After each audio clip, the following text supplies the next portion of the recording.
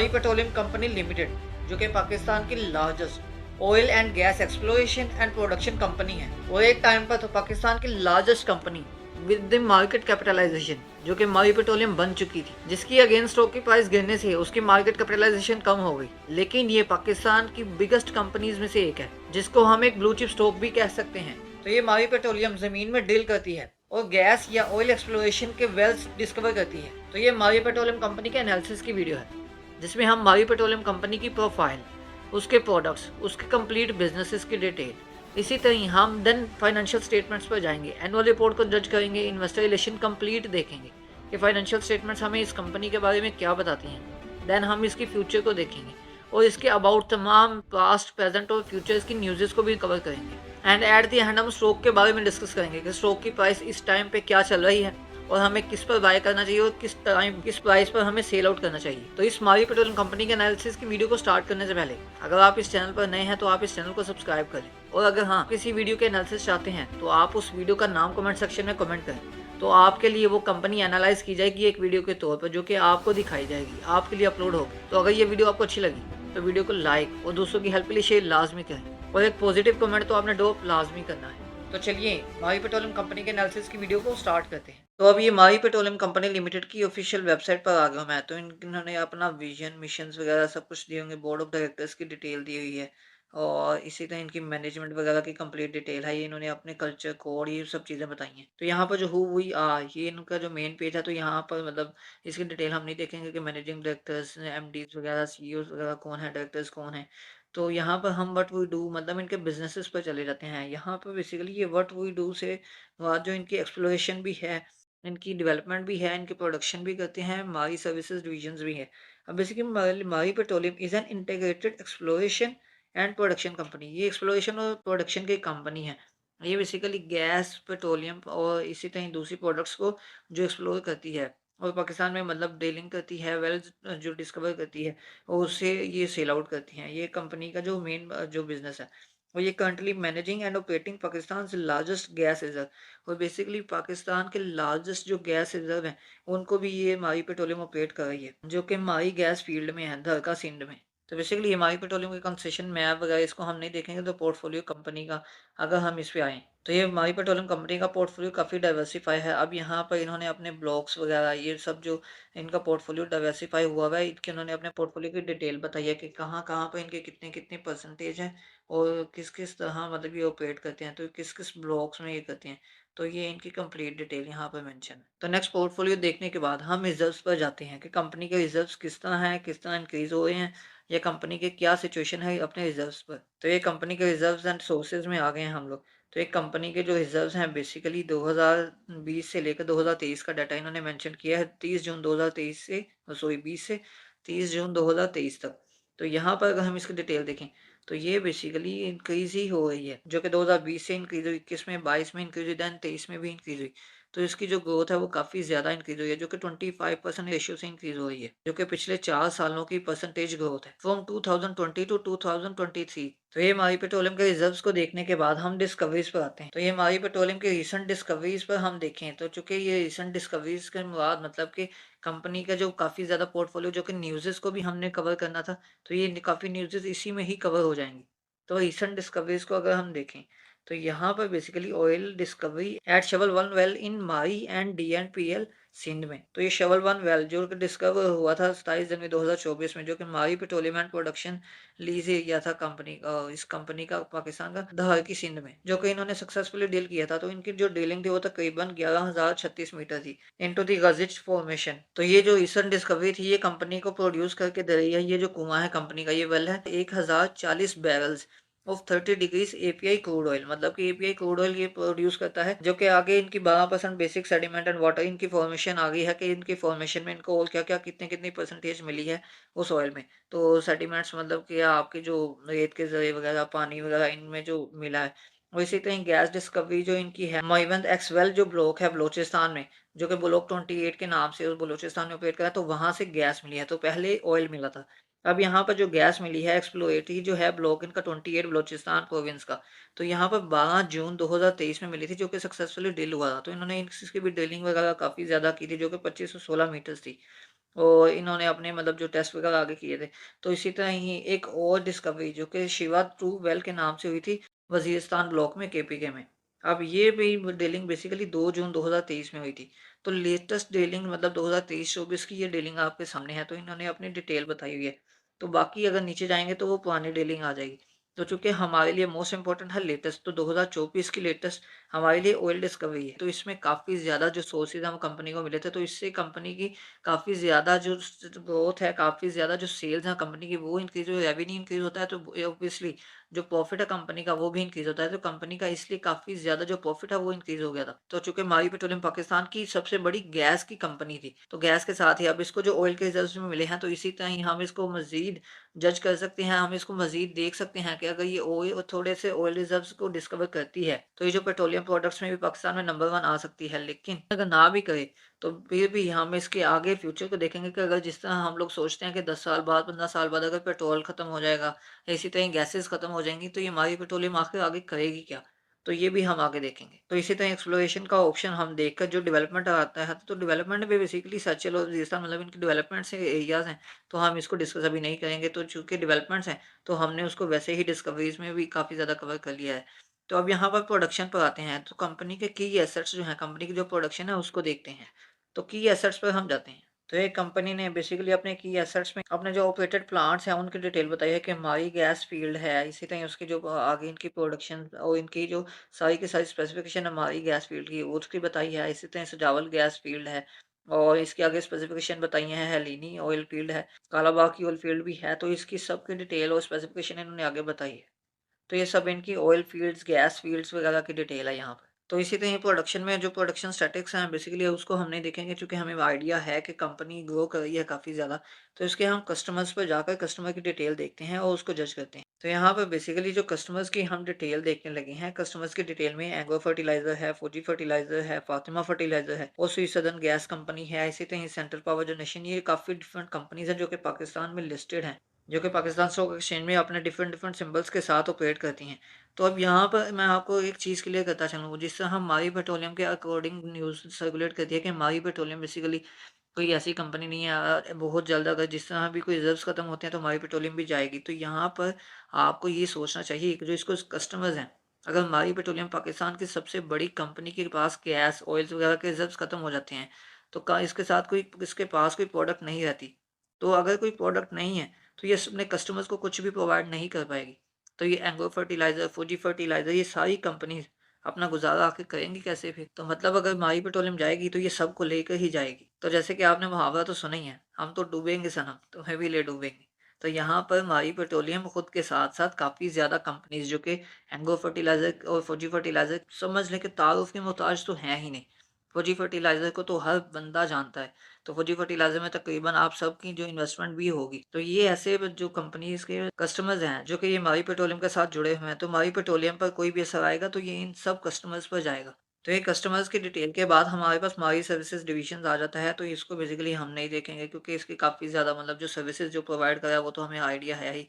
तो अब यहाँ पर हम अगर जाएँ इन्वेस्टर रिलेशंस पर, तो इन्वेस्टर रिलेशंस बेसिकली हमें बताती है कि फाइनेंशियल हाइलाइट्स जो हैं इनके पास, फाइनेंशियल इंडिकेटर्स जो हैं, ये आगे इनकी मेंबरशिप और फ्री फ्लोट ऑफ शेयर्स, ये सब चीज़ें जो एनुअल रिपोर्ट में भी एनालिसिस होंगे। तो यहाँ पर आगे बढ़ने से पहले मैं आपको एक चीज़ दिखाता चलूँ जो कि बहुत ही अच्छी मुझे मिली है इनकी वेबसाइट पर, जो कि है फाइनेंशियल हाइलाइट्स।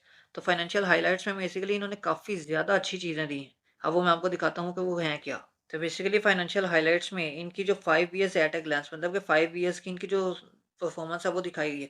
तो 2020 से 2024 तक की परफॉर्मेंस। अब 2000 ये है net sales. Net sales basically ये रुपीस में है लेकिन इन मिलियंस रुपीस में है। तो यहाँ पर 2019 में जो 72,000 मिलियंस जो इनकी सेल्स थी, वो इंक्रीज़ हुई 21 में, जो कि माइनस का इंक्रीज़ था। 21 से 22 में काफ़ी ज़्यादा इंक्रीज़ हुई, जो कि तकरीबन 20% इंक्रीज़ बनता है, 20 टू 25%। तो यहाँ पर 22 से जो सेल्स इंक्रीज़ हुई, 2023 में काफ़ी ज़्यादा जो सेल्स इंक्रीज़ हुई थी। अब 23 से 24 में जो सेल्स इंक्रीज़ हुई, उनमें भी काफ़ी ज़्यादा पोटेंशियल देखा गया कि 2023 की निस्बत 2024 की जो सेल्स थी, वो काफ़ी ज़्यादा थी। तो अगर प्रॉफिट बिफोर टैक्सेशन देख लें, जो कि मतलब इन कंपनी का नेट प्रॉफिट नहीं, प्रॉफिट बिफोर टैक्स है, केस अभी इन्होंने टैक्स पे करना है। तो कंपनी का 2020 में जो प्रॉफिट था, वो था 41,000 मिलियन रुपीस। और इसी तरह 21 में जो इंक्रीज़ हुआ, 22 में भी इंक्रीज़ हुआ, 23 में काफ़ी ज़्यादा इंक्रीज़ हो गया। लेकिन 23 की निस्बत हम 24 में देखें तो 24 में भी सेल्स की तरह ही इसी तरह प्रॉफिट भी इंक्रीज हुआ। तो प्रॉफिट बिफोर टैक्सेशन कंपनी का इंक्रीज ही होता रहा है पिछले 5 सालों में। चूंकि पिछले 5 सालों में कंपनी की सेल्स इंक्रीज हुई, प्रॉफिट इंक्रीज हुआ, तो ये काफ़ी अच्छी चीज़ थी। तो ये प्रॉफिट फॉर द ईयर आ गया हमारे पास, मतलब कि ये है कंपनी का फाइनल प्रॉफिट, मतलब प्रॉफिट आफ्टर टैक्स, जिसे पैट भी कहते हैं हम लोग। तो 2020 में जो पैट था कंपनी का वो 30,000 था, जो कि इंक्रीज हुआ 22 में, जो कि आगे 23-24 में भी इंक्रीज हुआ। तो यहाँ पर अगर अर्निंग पर शेयर के अकॉर्डिंग देखें तो अर्निंग पर शेयर भी कंपनी की 2020 में 227 से 21 में इंक्रीज हुई, और 22 में भी थोड़ी इंक्रीज हुई, लेकिन 22 से 23 में बहुत ज़्यादा इंक्रीज देखा गया, और 23 से इंक्रीज होकर 24 में 579 तक आ गई, जो कि कंपनी के अर्निंग पर शेयर में तकरीबन 159 रुपीज़ का इजाफा हुआ। तो ये अर्निंग पर शेयर के बाद कंपनी ने अपने डिविडेंड पर शेयर की डिटेल भी बताई है। कंपनी ने अपने डिविडेंड पर शेयर पहले 2020 में 6 रुपये दिया था, और देन 21 में 141, 22 में 124 दिया, जो कि कम दिया, लेकिन 2023 में जाकर कंपनी ने 147 दिए, और 24 में तो कंपनी ने 232 रुपीज़ का जो डिविडेंड अनाउंस किया। अब बेसिकली 232 डिविडेंड था, और कंपनी ने जो कैपिटल गेन हासिल किया वो अलग ही था, तो वो उसका तो लेवल ही खैर वो ही था। तो वो तो हमारी पेट्रोलियम वहाँ पर चढ़ा गई थी। तो इसी तरह ही मज़ीद आगे डिटेल बताई गई है। लेकिन अगर हम यहाँ पर आएँ परफॉर्मेंस इंडिकेटर्स पर, अब बेसिकली परफॉर्मेंस इंडिकेटर्स पर हम आकर ये जो फर्स्ट हमारे पास है net profit to net sales, तो ये कंपनी ने अपने सेल्स पर अपने प्रॉफिट की रेशियो बताई है। 2020 में 42% थी, जो कि 24 में भी 42% रही, लेकिन दरमियान में ऑनस्विच हुई। तो यहाँ पर आगे नेक्स्ट आ जाती है EBITDA ratio, EBITDA margin to net sales के। नेट सेल्स पर जो इबिटा की परफॉर्मेंस थी, इबिटा पर की परसेंटेज थी, वो क्या थी? अब इबिटा मीन के earning before interest, tax and depreciation and amortisation है इसका मतलब। तो ये इबिटा बेसिकली मतलब कि कंपनी के जो सारे टैक्सेस वगैरह निकाल के सबसे पहले जो कंपनी की परसेंटेज थी वो ये थी। तो ये कंपनी के ऊपर जो थी नेट प्रॉफिट की परसेंटेज थी उसकी सेल्स पर ही, लेकिन ये सारे टैक्सेस, डिप्रिसिएशन, सारे एक्सपेंसेस डालकर मतलब अभी कंपनी के प्रॉफिट से निकाले नहीं। तो ये एक्सपेंसेस समेत जो कंपनी की परसेंटेज थी। तो ये return on equity basically industry to industry vary करती है। कुछ इंडस्ट्रीज की जो 10%, 8% भी रिटर्न ऑन इक्विटी होती है, तो वो काफ़ी अच्छी होती है। लेकिन कुछ ऐसी इंडस्ट्रीज होती हैं जिनके कि काफ़ी 50 भी हो, तो उनकी जो रिटर्न ऑन इक्विटी है, आरओई है, वो काफ़ी ज़्यादा कम होती है। अब अगर आपको मैं एग्जांपल दूँ तो एप्पल की जो रिटर्न ऑन इक्विटी है वो ऑलमोस्ट 170 टू 175% जो आरओई है एप्पल कंपनी की। तो यहाँ पर इसकी जो आरओई है वो बेसिकली 2020 में 38 रही, 2022, 23 और 24 में थोड़ी ऊंच नीच के साथ 2024 में ये 39.30 हुई। तो ये जब हम पीपीएल के या ओजीडीसी के या इसी तरह ही पाकिस्तान ऑयल फील्ड्स के जब एनालिसिस करेंगे तो हमें तब एग्जैक्ट पता लगेगा कि ये जो रेशियो है रिटर्न ऑन इक्विटी की, ये पाकिस्तान ऑयल फील्ड्स की कंपनी में मतलब कि इस सेक्टर में जो कंपनीज हैं उनकी जो रिटर्न ऑन इक्विटी क्या चल रही है, तो एग्जैक्ट हमें वहां से पता चलेगा। तो अब ये नेक्स्ट आ जाती है ratio return on capital employed. तो ये return on capital employed basically जिसको रोकी भी कहते हैं, तो ये रोकी की रेशियो तो बेसिकली ये भी इंडस्ट्री टू इंडस्ट्री वेरी करती है, जो कि 5% टू 35% तक वेरी करती है। तो अब यहाँ पर इसकी जो रोकी है ये बेसिकली 38 टू 6 और उससे अबव की है, जो कि एक अच्छी है। तो यहाँ पर जो रोकी है रिटर्न ऑन कैपिटल एम्प्लॉयड है कंपनी का, ये थोड़ा अच्छा है। Return on capital employed company की जो अच्छी है, तो यही इसी तरह आगे बेसिकली इन्होंने लिक्विडिटी रेशियोज, ये सब रेशियोज आगे इन्होंने मेंशन की हुई हैं, दी हुई हैं। इसी तरह जो इनको number of days of receivables जो हैं, number of days of receivables basically वो होता है कि कंपनी ने अपनी प्रोडक्ट दे दी, उसके बाद जो कंपनी को पैसे मिलने हैं वो मजीद कितने डेज में मिलेंगे। ये इस तरह की जो कंपनीज के रिसीवेबल्स हैं, कंपनी के जो टोटल एसेट्स वगैरह, फिक्स्ड एसेट्स, ये काम कंपनी के जो फाइनेंशियल स्टेटमेंट्स को एनालाइज करेंगे, कंपनी की फाइनेंशियल पोजीशन स्टेटमेंट को, statement of profit and loss को, कैश फ्लो स्टेटमेंट को। तो इन सब स्टेटमेंट से जब हम स्टडी करेंगे तो हमें एग्जैक्ट आइडिया हो जाएगा कि कंपनी कहाँ पर फॉल कर रही है। तो ये कंपनी की कंप्लीट डिटेल देखने के बाद अब मैं आपको पीएसएक्स की ऑफिशियल वेबसाइट पर लेकर जाता हूँ, जिसमें हम पीएसएक्स में मावी पेट्रोलियम का स्टॉक देखेंगे और उसकी सिचुएशन को अंडरस्टैंड करेंगे। तो ये बेसिकली पीएसएक्स की ऑफिशियल वेबसाइट पर मावी पेट्रोलियम के पेज पर आ गया मैं। तो ये मावी पेट्रोलियम कंपनी लिमिटेड का ये जो इस टाइम का स्टॉक है वो 694.29 रुपीज़ पर ट्रेड कर रहा है। तो अब यहाँ पर अगर हम इसकी बाकी सिचुएशन देख लें तो यहाँ पर इसका जो 52 वीक्स की रेंज का हाई है वो बेसिकली 3718 रुपीज़ है। तो इसका जो 52 वीक्स का लो है वो 379 रुपीज़ है। तो 379 रुपीज़ से 694 समथिंग रुपीज़ पर आ गया। तो मतलब कि 52 वीक्स की रेंज में इसने काफ़ी ज़्यादा प्रॉफिट दे दिया हुआ है। तो यहाँ पर खैर इसने काफ़ी ज़्यादा प्रॉफिट तो दिया ही था, जो कि मैंने अपने पीएसएक्स प्रीमियम ग्रुप के एक स्टॉक को रिकमेंड किया था। तो ये मारी ने तो हमें बहुत ही खुश किया, जो एग्जैक्ट हमारे जो टीपीस थे उनको जाकर हिट किया, वो सेम डे के बाद ही इसको लोगों लोग लगना स्टार्ट हुए। तो अगर आप भी हमारा जो पीएसएक्स का ट्रेडिंग ग्रुप है उसको ज्वाइन करना चाहते हैं तो आप गिवन व्हाट्सएप नंबर पर रब्ता कर सकते हैं। तो अब यहाँ पर मारी पेट्रोलियम कंपनी लिमिटेड के जो हम डिटेल देखें यहाँ पर जो मार्केट कैपिटलाइजेशन है इसकी 833 मिलियन रुपीस है, जो कि अभी हमने इस मार्केट कैपिटलाइजेशन को 1000 से भी मल्टीप्लाई भी करना है। तो यहाँ पर इसकी मार्केट कैपिटलाइजेशन तकरीबन 833 अरब रुपीस की बनती है। ये जो कंपनी है ये पाकिस्तान की लार्जेस्ट मार्केट कैपिटलाइजेशन कंपनी भी बनी। तो अब यहाँ पर आगे इसकी बेसिकली अनाउंसमेंट्स वगैरह फाइनेंशियल्स वगैरह आ जाते हैं। तो यहाँ पर हम जो सेल्स को देखते हैं तो यहाँ पर मैं आपको क्वार्टर वाइज लेकर जाऊंगा। क्वार्टर वाइज में बेसिकली अगर देखें फर्स्ट सेकंड थर्ड क्वार्टर में जो 2024 का था उसमें अर्निंग पर शेयर 15 137 105 रही। तो यहाँ पर अगर फर्स्ट क्वार्टर 2025 का देखें वो सेम है 2024 के जो 3 क्वार्टर्स आगे गुजरे उससे काफ़ी कम सेल्स कंपनी ने की हैं। तो कंपनी के फर्स्ट क्वार्टर 2025 की जो अर्निंग पर शेयर है सेल्स वगैरह तो सेम ऐसा ही है। तो सेम जो फर्स्ट क्वार्टर 2024 का था तो सेम ऐसा ही फर्स्ट क्वार्टर 2025 का भी है। तो ऐसा कोई इंक्रीज नहीं देखा गया। तो यहाँ पर कंपनी के हम नेक्स्ट 2 मंथ्स की जो डिटेल है वो देखकर फिर ही जज कर पाएंगे कि कंपनी बेसिकली कहाँ पर स्टैंड कर रही है, क्योंकि फर्स्ट क्वार्टर 2025 तो ऐसा ही गुजर गया जैसे कि फर्स्ट क्वार्टर 2024 का था। तो इसकी अर्निंग पर शेयर भी पिछले 3 क्वार्टर्स में मतलब कि लोवेस्ट पर आ गई है। पिछले 3 क्वार्टर्स में काफ़ी ज़्यादा जो अर्निंग पर शेयर कंपनी की रही थी। तो नीचे इसी तरह ही इसके जो रेशियोज़ वगैरह हमने आगे देख लिए हैं। इसके पे आउट्स कंपनी काफ़ी अच्छी अनाउंस करती है।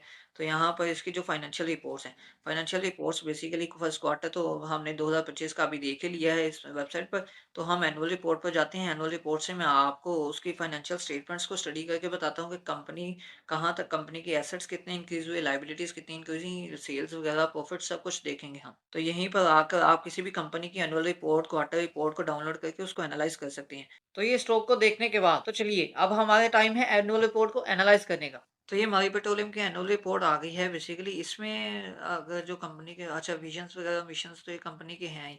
और विजन से मैं आपको एक बात बता दूं कि कंपनी आपको अगर आइडिया हो, अगर मेरे चैनल पर आप नए नहीं हैं तो अगर नए हैं तो अभी जल्दी से सब्सक्राइब कर लें, ताकि आप कोई भी स्टॉक एक्सचेंज की न्यूज़ से बगैर अपडेट हुए ना रह सके। तो ये हमारी पेट्रोलियम कंपनी लिमिटेड जो है इसका नाम चेंज हो रहा है मारी इनर्जीज लिमिटेड पर। तो इसका बेसिकली नोटिस भी इशू हो चुका है। तो ये मारी पेट्रोलियम मारी एनर्जीज में कन्वर्ट होने जा रही है। अब ये क्यों हो रही है? क्योंकि ये कंपनी अपने बिजनेस को थोड़ा वाइड करने जा रही है। अब यहाँ पर जिस तरह यहाँ पर जो काफ़ी लोग हैं वो कहते हैं ऑयल गैस ये सारे रिजर्व्स खत्म होने वाले हैं, तो मारी पेट्रोलियम ने एक बहुत अच्छा स्टेप उठाया हुआ है। तो उस स्टेप पर कंपनी ने अपना फ्यूचर जो काफ़ी ज़्यादा वाइड कर रही है। तो उस स्टेप पर एक कंप्लीट डिटेल्ड वीडियो होगी जिसमें आपको मारी पेट्रोलियम की कंप्लीट डिटेल, उसका फ्यूचर, उस किस किस पर जो सेक्टर में वो वाइड होने जा रही है, किस किस सेक्टर में वो कदम रखने जा रही है। जिस तरह हबको ने अपने कदम रखे और वो हमारी पेट्रोलियम कहाँ कहाँ तक जाएगी ये हम आपके साथ टाइम टू टाइम शेयर करते रहेंगे। तो आप इस चैनल के साथ जुड़ जाएं सब्सक्राइब बटन के साथ, ताकि आप कोई भी अपडेट मिस ना कर पाएँ। तो अब यहाँ पर बेसिकली ये इनकी डिटेल, इनके ओवरव्यूज़, इनके मेंबर्स वगैरह की डिटेल है यहाँ पर मेंशन।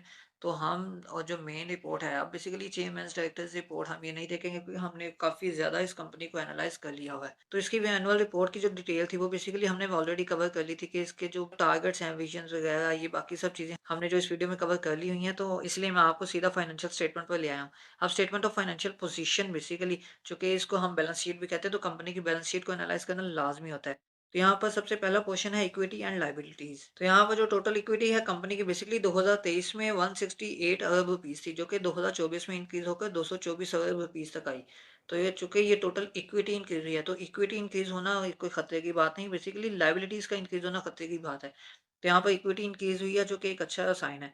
तो यहाँ पर नॉन करंट लायबिलिटीज वही होती हैं जो कि फिक्स होती हैं। अब यहाँ पर नॉन करंट लायबिलिटीज की अगर डिटेल देखें हम, तो यहाँ पर कंपनी की नॉन करंट लायबिलिटीज 2023 में 23 अरब थी, जो कि इंक्रीज होकर 58 अरब तक आई। तो यहाँ पर नॉन करंट लायबिलिटीज कंपनी की काफ़ी ज़्यादा, डबल से भी ज़्यादा इंक्रीज हुई हैं। तो यहाँ पर इसी तरह ही करंट लायबिलिटीज की बात करें तो करंट लायबिलिटीज भी बेसिकली जो ट्रेड एंड अदर पेएबल्स जो हम मतलब ये हम लोग सिंगल बाय सिंगल डिस्कस नहीं करेंगे, इंक्रीज हुए जस्ट माइनर सा, जो कि 62.9 अरब तक आए, जो कि सिर्फ 0.3 अरब का इंक्रीज है करंट लायबिलिटीज में।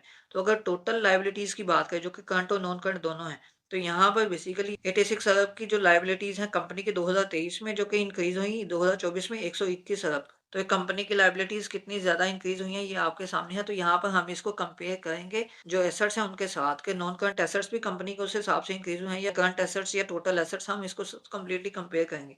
तो कंपनी की जो टोटल इक्विटी एंड लायबिलिटीज है वो कंपनी के 254 अरब 2023 में थी, जो कि इंक्रीज हुई 346 अरब तक। एसेट्स का पोर्शन बेसिकली हमें बताता है जो नॉन करंट एसेट्स हैं कंपनी के वो 130 अरब 2023 में थे, जो कि इंक्रीज होकर 170 अरब तक आए। अब यहाँ पर बेसिकली जो नॉन करंट लायबिलिटीज़ है उनके साथ कंपेयर करें तो कंपनी की नॉन करंट लायबिलिटीज़ काफ़ी ज़्यादा इंक्रीज़ हुई हैं इस नॉन करंट एसेट्स की निस्बत, जो कि एक अच्छी चीज़, अच्छा साइन नहीं है। लेकिन अगर हम करंट एसेट्स की बात करें तो करंट एसेट्स बेसिकली 123 अरब से 175 अरब तक आए। तो ये कंपनी के यहाँ पर भी इंक्रीज़ है। और अगर हम टोटल एसेट्स की बात करें तो 254 अरब रुपए से बढ़कर 346 अरब रुपए जो इसके टोटल एसेट्स हैं। तो इसमें जो इंक्रीज़ है टोटल एसेट्स में 2023 से 24 की निस्बत तकरीबन 30 टू 40% का इंक्रीज़ है। तो यहाँ पर अगर हम देखें जो लायबिलिटीज़ हैं उनको, तो यहाँ पर बेसिकली जो लायबिलिटीज़ हैं इस पर भी इतना ही इंक्रीज़ है नॉन करंट या करंट मिलाकर। तो यहाँ पर बस ये सीन ये था कि जो नॉन करंट लायबिलिटीज़ थी वो ज़्यादा इंक्रीज़ हुई थी। लेकिन जो ओवरऑल की बात करें तो जो ओवरऑल सिचुएशन है कंपनी की एसेट्स पर और लायबिलिटीज़ पर दोनों पर तकरीबन सेम ही है। तो यहाँ पर कंपनी मतलब एक अच्छा फेज़ दे रही है कि कंपनी की लायबिलिटीज़ इंक्रीज़ नहीं। तो चूँकि वीडियो लंबी होती जा रही है, तो अभी बहुत ज़्यादा डिस्कशन पड़ी है। तो इस वीडियो को यहीं पर एंड करते हैं, जो कि इस कंपनी के एनालिसिस का पार्ट 1 है। तो हम पार्ट 2 से कंप्लीट एनालिसिस बाकी स्टार्ट करेंगे। तो अपना रखिएगा बहुत सारा ख़्याल और इस चैनल से जुड़े रहिएगा, ताकि आप पार्ट 2 के एनालिसिस को सबसे पहले देख सकें।